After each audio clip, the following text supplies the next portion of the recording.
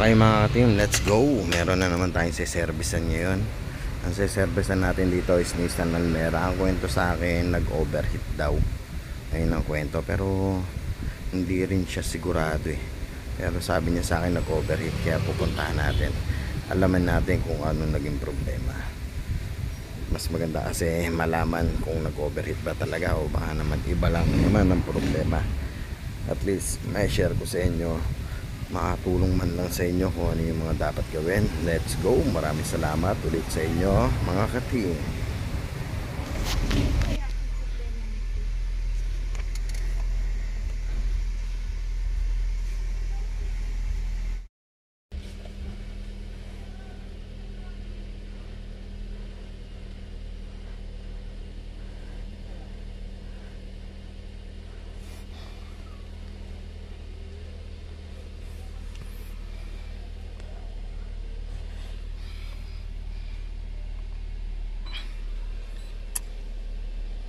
Check natin, naka-check engine, health report. Wala daw overheat, sabi na may-ari. Nako, wala ang problema ang makina nito. Hindi nga nag-overheat. Sabi nyo po kasi sa akin nag-overheat. Overheat? So, hindi, sabi niyo sa akin nag-overheat. Akala ko nga na-overheat, pero wala ma. Sabi ko kung anong ginawa. Kasi galing siya ng school, pag pauwi na daw nila, saka na, nakita niya na may engine. Kaya pagdating niya, nag-check engine yung, sasakyan. Natin sign.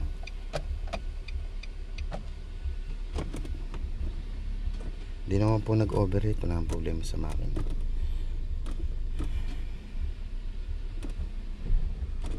Wala pong problema sa makina, ma'am. Walang problema sa makina to. Tingin ko dito yung mo, transmission range sensor.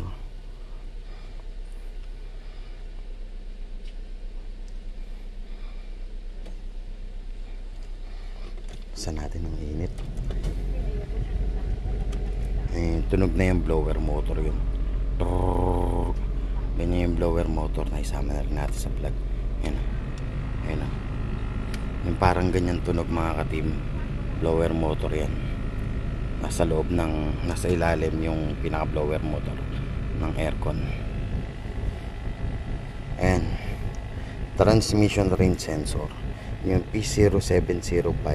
Possible kasi nag-uulan.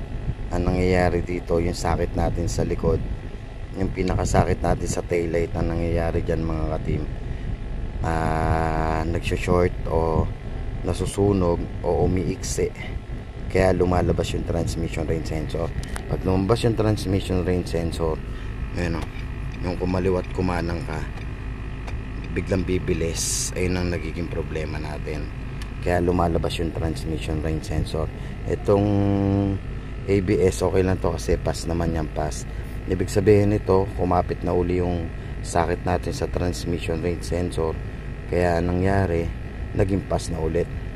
Yan mga ka-team, ayun lang, wala namang ibang problema sa sakyan, maliban lang dito sa blower motor na ganyan tunog. Yan, kaya namumblema sila. Yan, sabi kasi sa akin overheat daw, kaya pinuntahan ko, chinek ko naman, okay naman, mga transmission range sensor lang ang gagawin dito, pass. Sabihin nag-connect uli yung ating socket to tail light, brake light o signal light, nag-connect uli yan, kaya nag-pass. Pag nag-circuit yan, possible loose connection na, mas mabilis. Ma'am, paliwanag ko lang po, ang lumabas sa inyo is transmission range sensor. Ibig sabihin po, alam niyo po yung tail light natin, yung Almera po namin yan, di ba? Ayun pa, yan, yung ilaw niya na yan, di ba? Yung sakit po niyan, ma'am, kasi umuulan yun eh. Ngayon po, nagkakaroon po ng short o naglo-loose, kaya lumabas yung transmission range sensor natin. Yan, umikot naman yung panya. Wala ibig sabihin, ma'am, wala ko kayong overheat. Ang problema nyo lang po, ma'am, nag-short or nabasa, nag-moist, maaaring yun ang nangyari, kaya nag-check engine. Kaya minsan yung paglabas ng check engine nito, possible pag minsan nag-signal light ka mabilis. Wala naman. Wala naman. Naalala ko yung pinagawa ko na Ayan. nagsayang ako ng 11,000 doon sa sensor. Oh, sa sensor po. Oo, sa sensor. Nung yun. binili nyo dati na Binili ko, sabi nyo sa akin. 11,000. Oo, 11,000 original. Tapos pinalitan yata, ganun pa rin. Oo. Ngayon po ma'am, yung sa likod po ma'am, ang pinaka best way na gagawin natin kasi hindi pa naman siya masyadong siguro nag-connect pa naman eh. Pagka cleaner natin yan, magiging maayos. Bibigyan ko na lang kayo ng advice. Tang buksan mo yung likod natin. Ay ito, papakita ko kung ano yung gagawin nyo para maiwasan nyo yung pagpasok ng tubig doon, no? Pag moist. Ha? Wala namang problema, ma'am. Opo, ma'am. Wala nung nagbiyahe siya. Ma'am, wala akong problema sa transmission range sensor. Yung lumabas po yan, ma'am. Pag nag-shifting tayo dito, mapapansin nyo, minsan wala yon o nagbiblink yung shifter natin, yung 1 and 2 or reverse o drive, nagbiblink yan. Minsan wala. Yun ang problema. Tayo, magiging honest lang tayo, ma'am. Wala naman talagang problema makina nyo. Di ba? Kasi kung sasabihin natin na may problema, wala akong kayong gastos, ma'am. Ang gastos nyo, ma'am, bumili kayo ng mas maganda yung glue gun.